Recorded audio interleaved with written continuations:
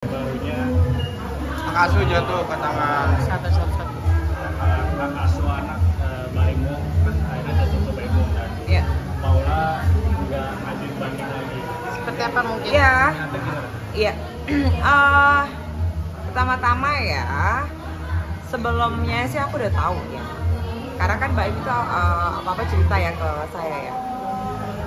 Sebelum berita naik itu saya Mbak Im sudah cerita ke saya masalah hak asuh anak jatuh ke tangan dia.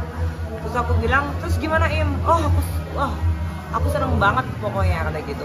Dan aku sekarang fokus untuk ke anak-anak dua ini gitu dan fokus kerja.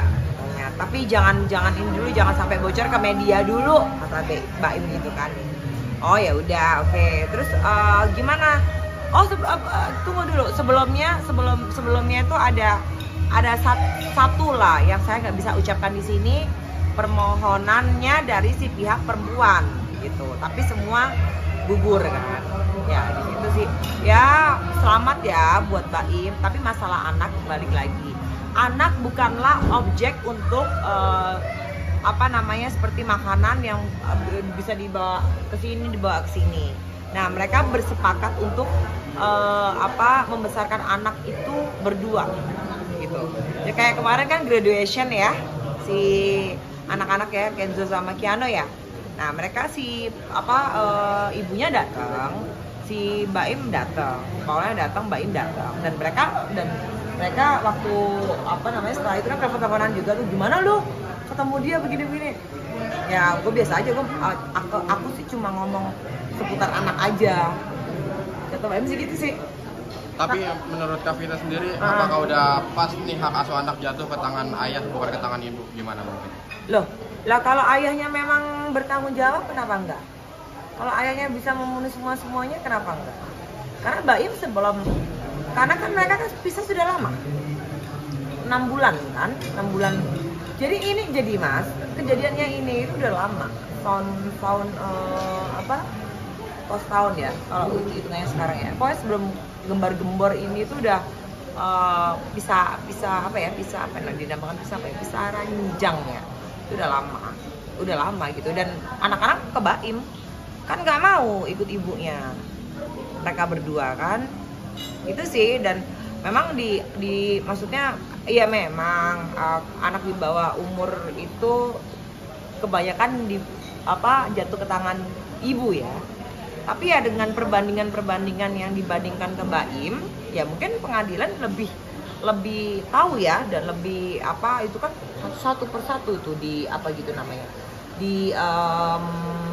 dinilaikan, didebatkan juga, dikasih penilaian ini A sampai Z, bagaimana kalau ikut ibunya, bagaimana kalau ikut bapaknya, dan akhirnya mungkin memang sudah jalannya dan semuanya asuh jatuh ke anak, ke tangan Mbak. Terus kan punya masalah yang kurang baik mungkin dengan Paula ya. Oh ya, sangat nggak baik banget dulu itu. Jadi lega masih akhirnya dengan Hasil. ini. Iya, karena saya sama Mbak Im dan keluarganya itu sangat dekat sekali dari dulu itu, dari saya syuting Tersanjung tahun berapa itu, dan berapa ribu episode kan itu. Nah itu dengan semuanya, Mbak Kiki, almarhum mama, almarhum papa.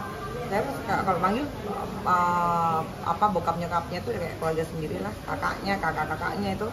Ya begitu, maksudnya Mbak Im ini orang baik kok. Jadi netizen ini kalau yang menilai Mbak Im tidak baik itu salah besar ya kalau menurut aku ya.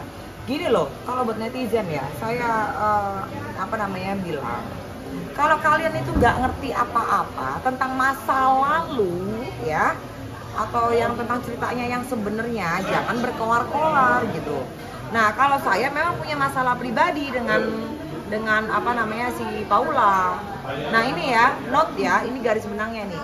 Saya punya masalah pribadi dengan Paula dari saya sebelum menikah. Saya sudah tunangan dengan mantan suami saya. Makanya kenapa saya dengan Mbak Im itu saya sangat dekat, karena memang pada waktu itu saya terlibat dalam satu sinetron bareng, dan ada kejadian seperti itu, dan kok kenapa bisa nikah dengan si perempuan ini gitu loh, dengan si Paula ini. Itu ceritanya. Makanya kenapa ada saya ini di sini gitu. Jadi saya punya masalah dengan Paula memang. Sampai sekarang belum terselesaikan.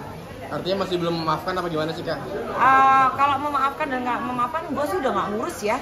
Karena pernah di salah satu station itu kami host ya